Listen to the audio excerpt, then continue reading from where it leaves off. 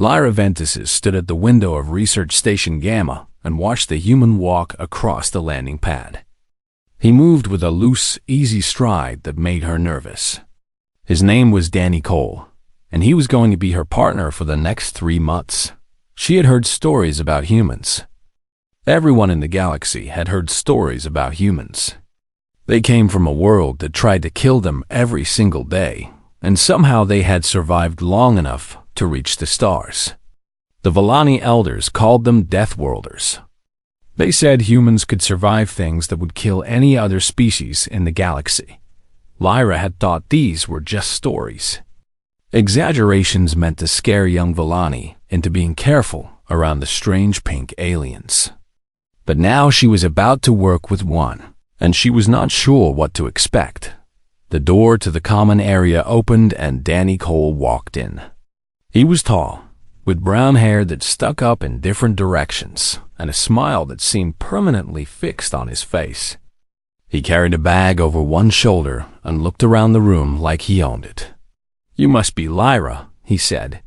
His voice was loud and cheerful. "I'm Danny. Looks like we're going to be digging rocks together." Lyra bowed her head in the traditional Villani greeting.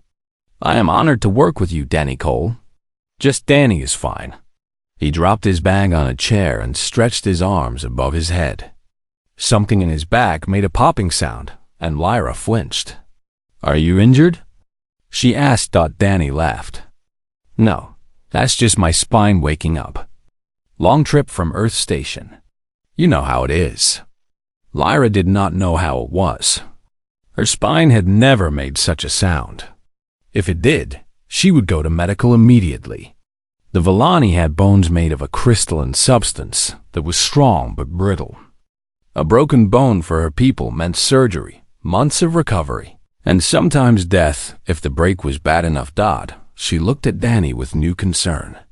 "Perhaps you should see a doctor. For a back crack?" "Nah, I'm good." He walked to the window and looked out at the barren moon that surrounded them.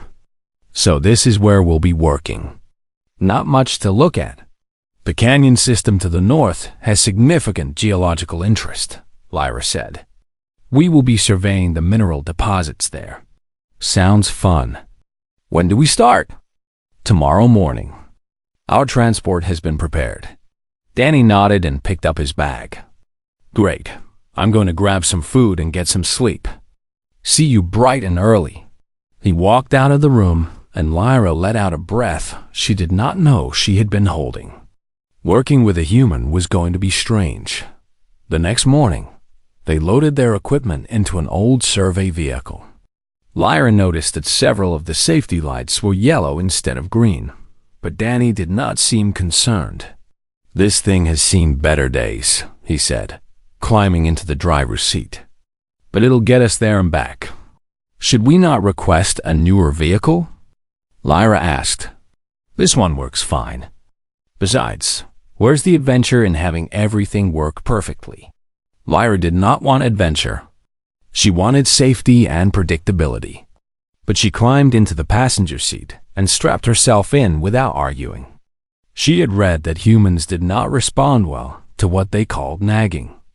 The canyon system was 2 hours away from the station. As they drove, Danny talked about his life on Earth. He had worked as a rescue worker before becoming a geologist, pulling people out of collapsed buildings and burning vehicles. "You ran into burning buildings?" Lyra asked, horrified. "Someone had to. There were people inside, but you could have died." Danny shrugged. "Could have. Didn't. That's kind of the human way, I guess. We see someone in trouble, we help, even if it's dangerous." Lyra did not understand this at all. The Villani valued caution above almost everything else. They planned for every possibility and avoided risk whenever they could. The idea of running toward danger instead of away from it was completely foreign to her. They reached the canyon as the sun was climbing higher in the sky. The walls rose around them, red and orange stone that had been carved by ancient rivers. It was beautiful in a harsh way. "Seismic activity has been elevated this week," Lyra said, checking her instruments. "We should be careful." "Always am," Danny said, with a grin that suggested the opposite. They parked the vehicle and began their survey on foot. Danny carried most of the heavy equipment without complaint. Lyra noticed that he moved with confidence, even on the unstable ground, jumping over gaps and climbing over rocks like it was nothing. 2 hours into the survey, Lyra felt the first tremor.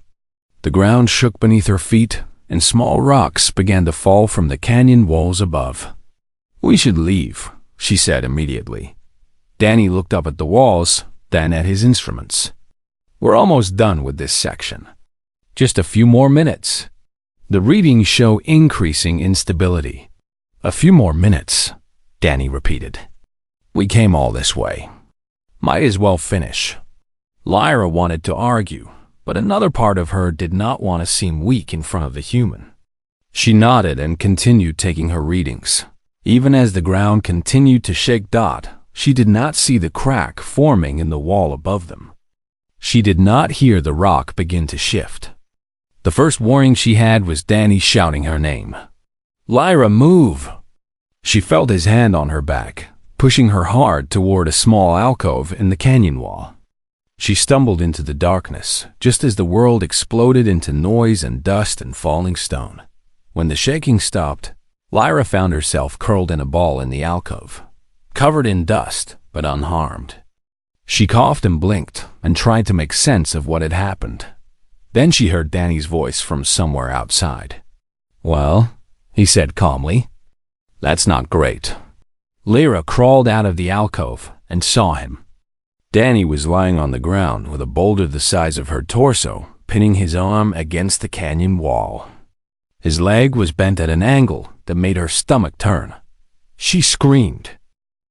Lyra scrambled over the fallen rocks toward Danny. Dust filled the air and made it hard to see, but she could make out his shape against the canyon wall. The boulder had him pinned, and his arm was crushed beneath it at a terrible angle. "Danny!" She cried out. "Danny, can you hear me?" "Yeah, I hear you." His voice was strained but steady. "I'm okay. Just a little stuck." Lyra reached him and dropped to her knees. Up close, the damage was even worse than she had thought. His left arm was clearly broken in at least 2 places. She could see the strange bumps under his skin where the bones had snapped. His left leg was twisted sideways at the knee in a way that made her feel sick. Among her people, these injuries meant death. The crystalline bones of the Villani could not survive such damage. Even if the victim survived the initial break, the shock and internal bleeding would kill them within hours. There was no recovery from something like this.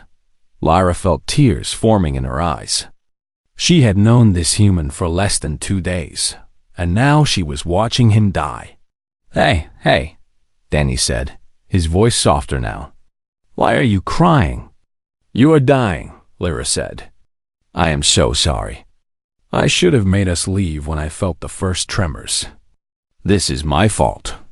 Danny blinked at her. "I'm not dying. Your bones are broken. Your leg is destroyed. No one survives injuries like this." "Villani don't survive injuries like this," Danny corrected her. "Humans are different. Trust me, I've had worse." Lyra stared at him. She did not understand how he could be so calm. He should be screaming in pain. He should be losing consciousness. Instead, he was looking at her with clear eyes and speaking in complete sentences. "I need you to do something for me," Danny said.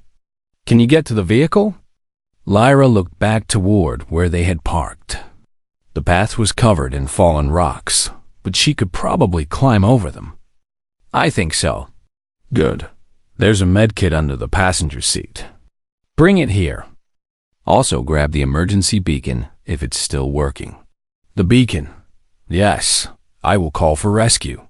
"Try, but the rock walls might block the signal. Either way, bring the medkit first." Lyra nodded and forced herself to stand. Her legs were shaking, but she made them move. She climbed over the rocks, slipping twice but catching herself each time. The vehicle was damaged but not destroyed. She found the medkit and the beacon and climbed back to Danny. He had not moved.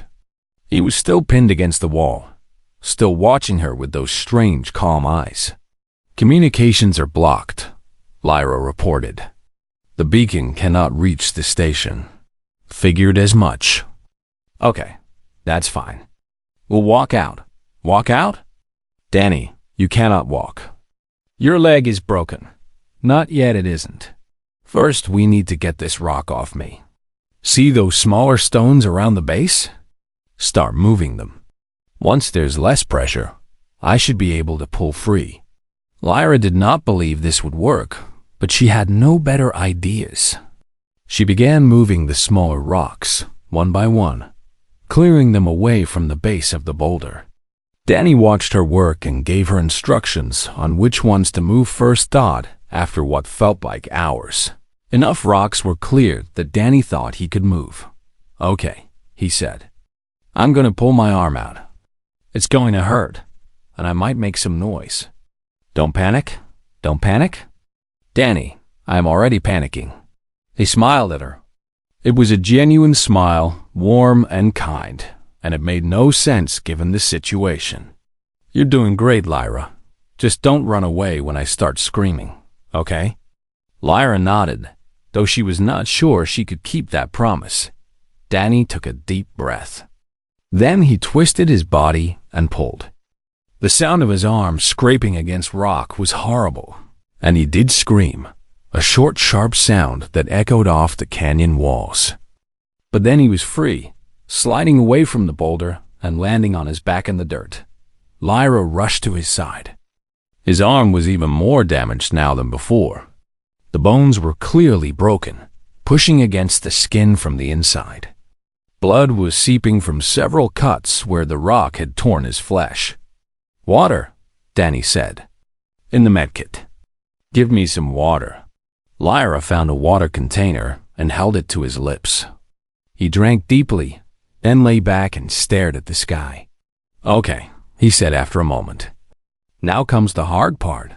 "The hard part?" Lyra's voice came out as a squeak.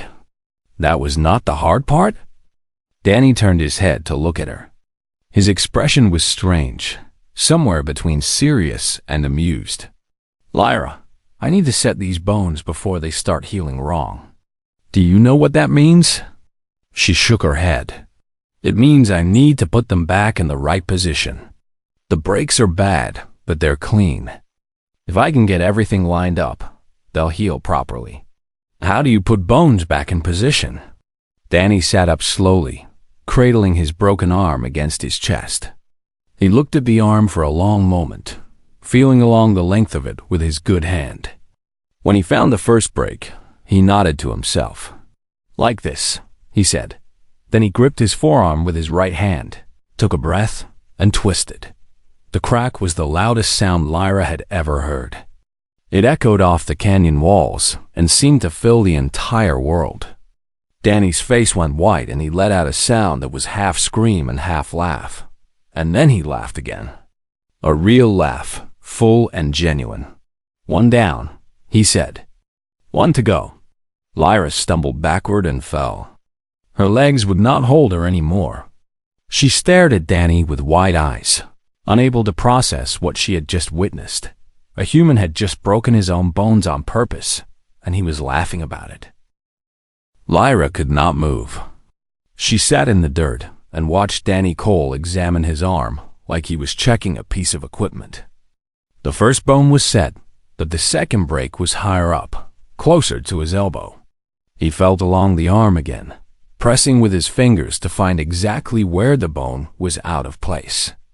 "This one's tricky," he said, almost to himself. "Need to get the angle right." "Stop," Lyra whispered. "Please stop." Danny looked at her. His face was pale and covered in sweat, but he was still smiling. "Can't stop now. If I let these heal wrong, I'll have problems for the rest of my life. Better to fix them now while they're fresh." "How can you do this?" "How can you hurt yourself like this?" I'm not hurting myself. I'm fixing myself. There's a difference. He positioned his hands on his arm. You might want to look away for this one. Lyra could not look away. She watched with horror as Danny took another deep breath and twisted his arm again. The crack was just as loud as before, and this time Danny did scream. But the scream turned into laughter almost immediately, a breathless sound that seemed impossible given what had just happened. That's the arm done, he said. He was breathing hard now, and his voice was not as steady as before. Now the leg. No, Lyra said. No, you cannot. That is enough. We will wait for rescue. Rescue might not come for hours. The longer I wait, the worse this gets. Danny shifted his position to look at his damaged leg. The knee was bent sideways in a way that made Lyra's stomach turn. This isn't broken. It's dislocated. Actually easier to fix than a break. Easier? You call this easy? Danny laughed again. It was a strange laugh, short and sharp, but genuine. No, this is definitely not easy. But I've done it before. Dislocated this same knee playing soccer when I was 16. My coach popped it back in on the field, and I finished the game. Lyra did not understand any of those words, but she understood that Danny was about to do something terrible to himself again. She wanted to run away. She wanted to cover her ears and close her eyes and pretend none of this was happening. But she also could not leave him alone. Why you laugh? She asked. You are in pain. Why do you laugh? Danny paused, his hands positioned on either side of his knee. Honestly, it helps. When humans laugh, our bodies release chemicals that reduce pain. It's not much, but it's something. Also, if I don't laugh, I'll cry, and crying won't help anything right now. Your body releases chemicals when you laugh? Yeah, endorphins. Natural painkillers. It's a survival thing. Humans evolved to deal with pain because we had to. Our planet tried to kill us every day. Animals wanted to eat us. Weather wanted to freeze us or cook us. Diseases wanted to rot us from the inside. We learned to survive by being too stubborn to die.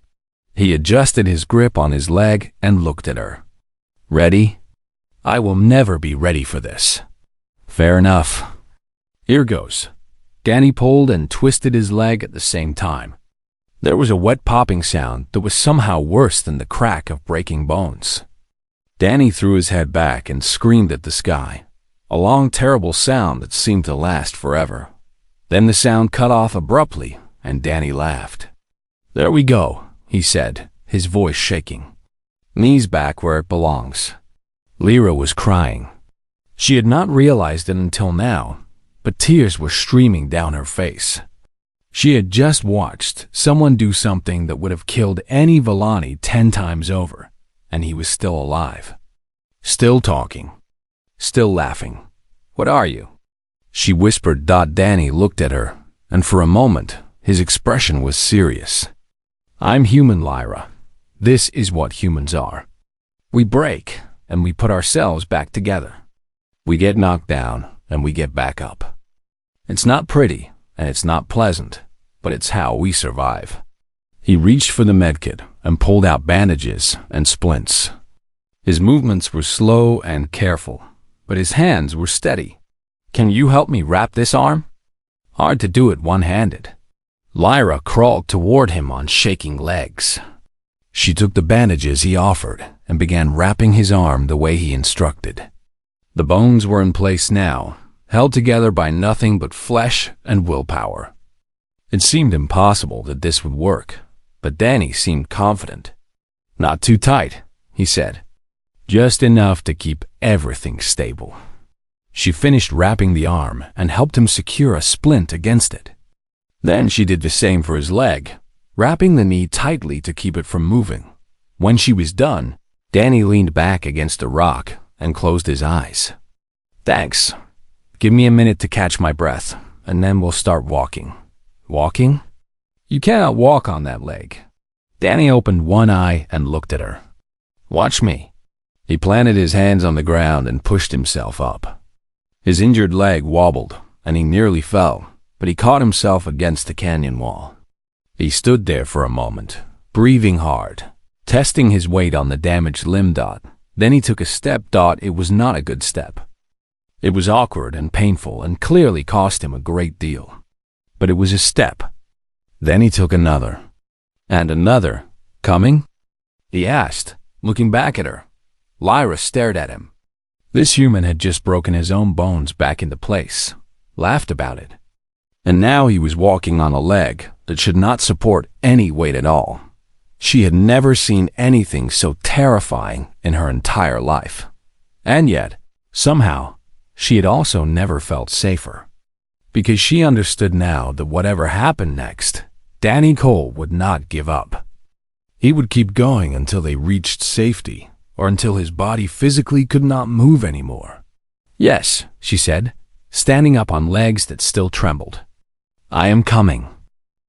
They moved slowly through the canyon, picking their way over rocks and debris from the collapse. Danny walked with a heavy limp, favoring his injured leg, but he walked. Lyra stayed close to him, ready to help if he fell, though she knew she was too small to catch him. The sun was moving across the sky, and shadows were growing longer in the canyon. They had a long way to go before they reached the station.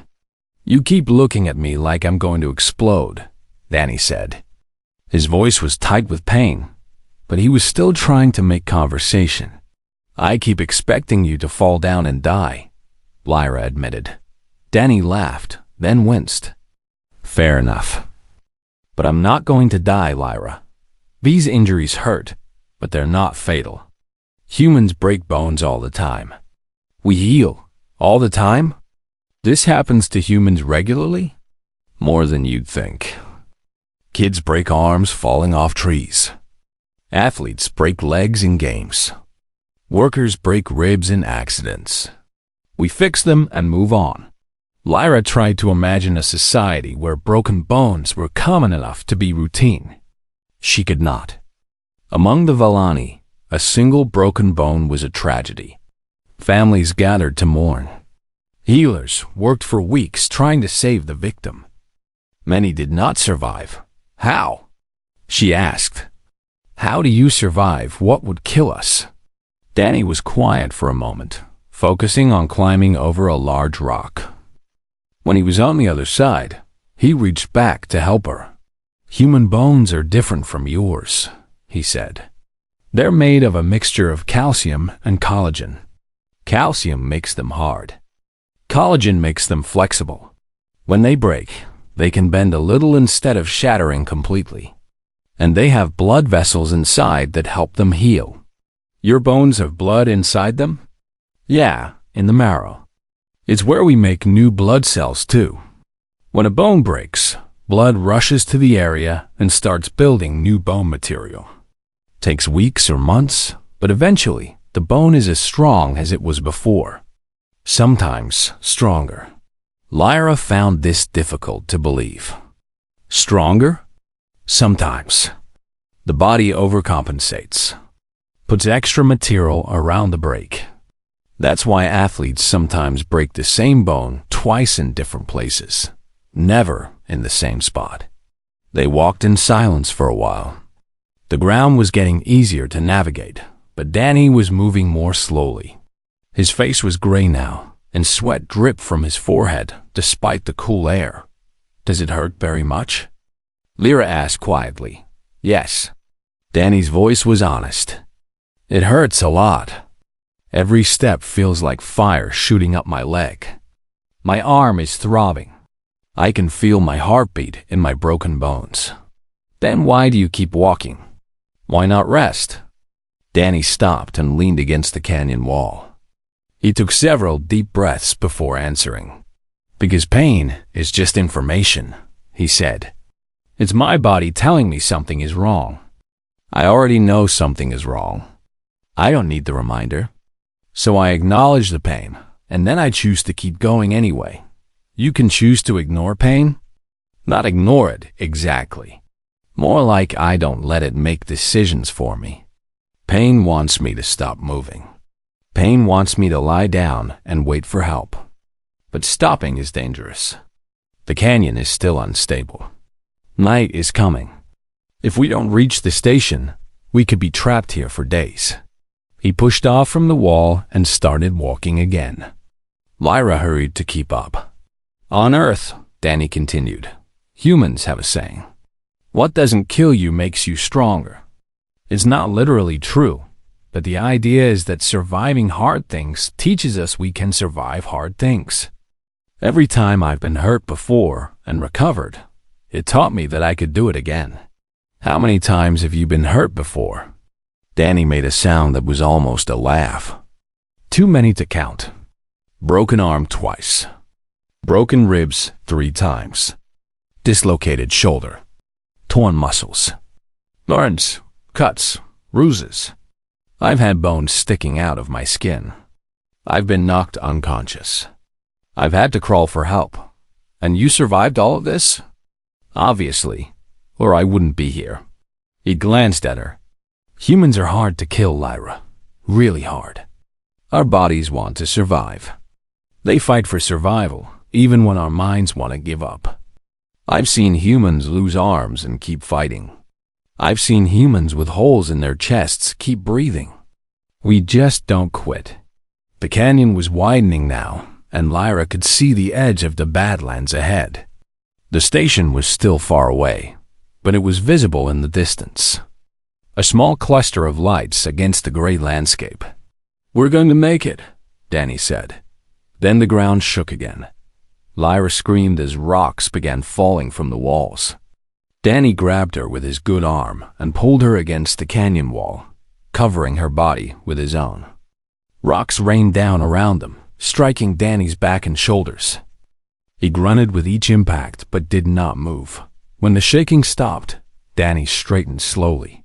There were new cuts on his face, and Lyra could see blood seeping through the back of his shirt. You protected me again, she said. You were already hurt and you protected me. Danny shrugged, then winced at the motion. You're my partner. That's what partners do. Among my people, you would be considered insane. Among my people too, probably. He smiled, though it looked like it cost him. Come on, station's not going to walk to us. They started moving again, slower than before. Danny's limp was worse now, and Lyra could tell his new injuries were adding to his pain. But he did not complain. He did not ask to stop. He just kept walking one painful step at a time. The station lights grew closer. They reached the station just as the last light was fading from the sky. Danny collapsed through the door and onto the floor of the common area. His body had finally reached its limit. Station workers rushed to help. Lyra watched as they lifted Danny onto a stretcher and carried him to the medical bay. She followed, refusing to leave his side, even when the other Villani tried to pull her away. The human doctor on duty was a woman named Grace Park. She looked at Danny's injuries, listened to Lyra's explanation of what had happened, and nodded like this was all completely normal. Compound fracture of the ulna. Simple fracture of the radius knee dislocation that's been reduced in the field, Grace said, examining Danny's arm and leg. Not bad for a rock slide. You set these yourself? Had to, Danny said. His voice was weak, but still had a hint of his usual humor. Couldn't get a signal out. Well, you did good work. Bones are aligned properly. We'll put you in rigging casts, and you should be back on your feet in 6 weeks. 6 weeks. Lyra felt her legs go weak. 6 weeks to recover from injuries that would have killed a Villani in 6 minutes. Is he going to be okay? She asked. Grace looked at her with surprise. Of course, he's going to be okay. He'll be uncomfortable for a while, but he'll heal completely. Humans always do. They put Danny in a bed and attached medical equipment to monitor his healing. Lyra sat in a chair beside him and watched him sleep. His face was peaceful now, relaxed in a way it had not been during their long walk back to the station. A Valai medical officer named Turin came to check on her. "You should rest," he said. "You have had a traumatic experience." "I am fine," Lyra said. "I was not injured. Not physically. But witnessing such things can damage the mind." Lyra looked at Danny's sleeping form. "He saved my life twice. He pushed me to safety when the rocks fell, and he shielded me when they fell again. He took injuries meant for me. Humans are known to do such things. It is one of the reasons they are considered dangerous." "Dangerous?" Lyra turned to look at Turin. "He is not dangerous. He is the opposite of dangerous. He protected me. He put himself between me and harm without hesitation." Turin made a gesture that indicated disagreement. "Any creature capable of setting its own broken bones and laughing about it is dangerous. The humans have no proper fear response. They do not value their own safety." "No," Lyra said slowly. "That is not right. Danny values safety. He just values other people's safety more than his own." Turin left, unconvinced. Lyra stayed by Danny's bed through the night, thinking about everything that had happened. In the morning, Danny woke up. He blinked at the ceiling, then turned his head and saw Lyra sitting beside him. "Hey," he said. "You stayed." "Of course I stayed. You are my partner." Danny smiled. "That's what I said to you in the canyon." "I know. I was listening." Lyra leaned forward. "Danny, I must ask you something. Why did you push me to safety? You barely knew me. Why did you risk your life for someone you had just met?" Danny thought about it for a moment. "Because you were there, and you needed help. That's really all there is to it. I saw the rocks falling. I saw you in danger, and I moved. There wasn't really a decision. It's just what humans do. Not all species do this." "I know. We're weird that way." He shifted in the bed, wincing slightly. "Most humans would do the same thing. We see someone in trouble. We help. Even if it costs us. Maybe especially if it costs us. There's something in us that wants to protect others. Kids, partners, strangers, even aliens we barely know." Lyra was quiet for a long moment. Then she spoke. "I would like to continue working with you." Danny raised an eyebrow. "Really? Even after all that?" "Most Vellani run the other way after they see a human get injured." "I am not most Vellani." Lyra straightened in her chair. "I have thought about this all night. I was afraid of you before, because I had heard stories about what humans could survive. Now I have seen it with my own eyes, and I am not afraid anymore. Because I understand now that your ability to survive is not a threat to others. It is a gift. You can protect people, because you can survive things they cannot." Danny stared at her for a long moment. Then he laughed, a genuine warm sound that filled the medical bay. "You know what, Lyra? I think you might be the first Vellani who actually gets it. Perhaps. Or perhaps I am simply the first Vellani to have a human snap his bones back into place in front of her and live to talk about it." Danny laughed again, then stopped abruptly. "Ow, don't make me laugh. It hurts. I am sorry." "No, don't be sorry. That was funny. You're learning." He reached out with his good hand and patted her arm. "Partners?" Lyra placed her small crystalline hand over his. "Partners." 6 weeks later, Danny's casts came off. His bones had healed perfectly, just as Dr. Park had predicted. He walked out of the medical bay with only a slight limp that would fade in time. Lyra was waiting for him. "Ready for another survey?" she asked. "Already? Don't you want to wait a few days?" The canyon collapse revealed new mineral deposits. "The research committee wants us to investigate as soon as possible." Danny grinned. "Back to the same canyon that tried to kill us?" "Yes, is that a problem?" "Not for me." He stretched his newly healed arm, testing the range of motion. "Let's do it." They walked toward the vehicle bay together. Other Vellani watched them pass. their expressions ranging from confusion to fear. They did not understand how Lyra could walk so calmly beside a creature capable of such terrible self-repair. Lyra understood. She had seen Danny at his worst and at his best. She had watched him break his own bones and laugh through the pain. She had watched him shield her with his body without hesitation. She had learned that humans were not monsters to be feared. They were protectors who happened to be very hard to kill. As they loaded equipment into a new vehicle, Danny glanced at her. "You seem different," he said. "More relaxed. I have learned something important." "What's that?"